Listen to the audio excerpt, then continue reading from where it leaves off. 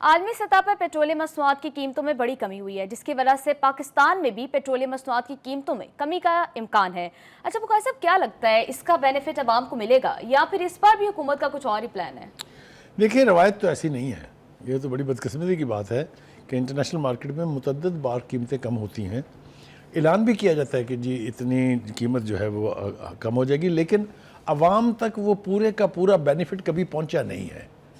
ہمیں بڑھاتے ہیں تو 10 روپے لیٹر، 12 17 روپے پر لیٹر بڑھا دیتے ہیں، کم کرنے پر آتے ہیں تو پھر پوری کنجوسی دکھاتے ہیں۔ ہمیں پچھلی دفعہ جو کمی ہوئی پیٹرولیم گوڈز میں، بہت بڑی کمی ہوئی تھی، خیال یہ تھا کہ شاید 10 روپے فی لیٹر کا ریلیف ملے گا لوگوں کو، تو وہ حکومت نے اس بہانے سے قبضہ کر لیا اس کے اوپر کہ جی یہ ہم بلوچستان میں جو انویسٹمنٹ کر رہے ہیں یہ پیسہ ہم اس طرف منتقل کریں گے۔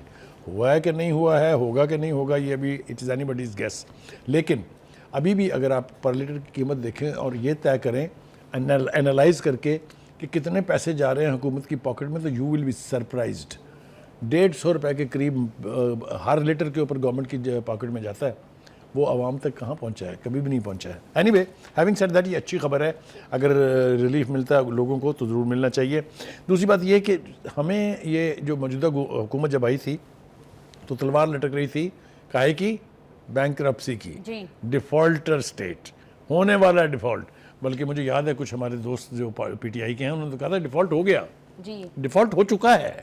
تو وہ اللہ کا شکر یہ ہے کہ اب یہ انٹرنیشنلی ریکگنائز کیا جا رہا ہے کہ we are far away from that situation. یہی وجہ ہے کہ اب آئی ایم ایف نے وہ سارے جو پیسے وعدہ کیے تھے دینے کے، وہ ہمیں کو تقریباً 3 ارب کے قریب، 3 ارب سے بلکہ زیادہ، 2 مختلف مدوں میں مل گیا ہے، جس سے ہماری اکانومی کو بہت سہارا ملے گا، کوئی اس کے بارے میں دو رائے نہیں ہے۔ اور آپ دیکھیں کہ انٹرنیشنلی ہمیں ریکگنیشن مل رہی ہے۔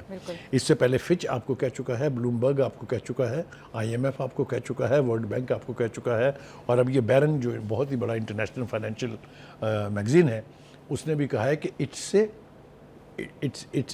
کرشمہ۔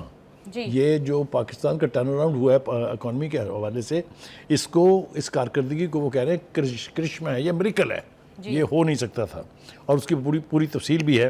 اسی طرح سے سینڈ گلاس، یہ بھی کہا ہے کہ اگر سرمایہ کاروں نے پاکستان میں توجہ نے دی تو پچھتائیں گے۔ ہاں، نہیں مطلب یہ کہ اٹس این اپرچونٹی ناؤ۔ اسی طرح سے سینڈ گلاس کیپٹل مینجمنٹ کے سرمایہ کاری کے شعبے کے سربراہ ہیں جینا لوز وسکی، انہوں نے تبصرہ کرتے ہوئے کہا کہ Pakistan is a good story.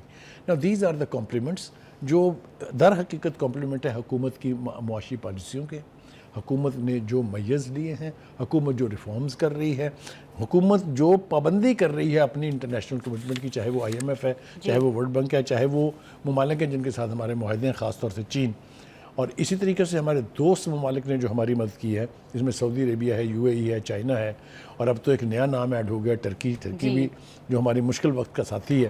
تو ان ساروں سے جو اکنامک ٹرن اراؤنڈ ہوا ہے، تو ایک پکچر اب گلومی نہیں ہے، پکچر از ایمرجنگ، اور ایسے لگ رہا ہے کہ آنے والے دنوں میں پاکستان کی اکنامک کنڈیشن جو ہے اور زیادہ امپرووائز کریں گی، اور جو ملک اکنامکلی سٹیبل ہو وہ ملک آٹومیٹکلی پولیٹیکلی سٹیبل ہو جاتا ہے۔ بخاری صاحب، یو آر ایبسلیوٹلی رائٹ۔ ایک بہت اچھا سائن ہے کہ پاکستان میں جو ہے وہ اکنامک سٹیبلٹی آ رہی ہے۔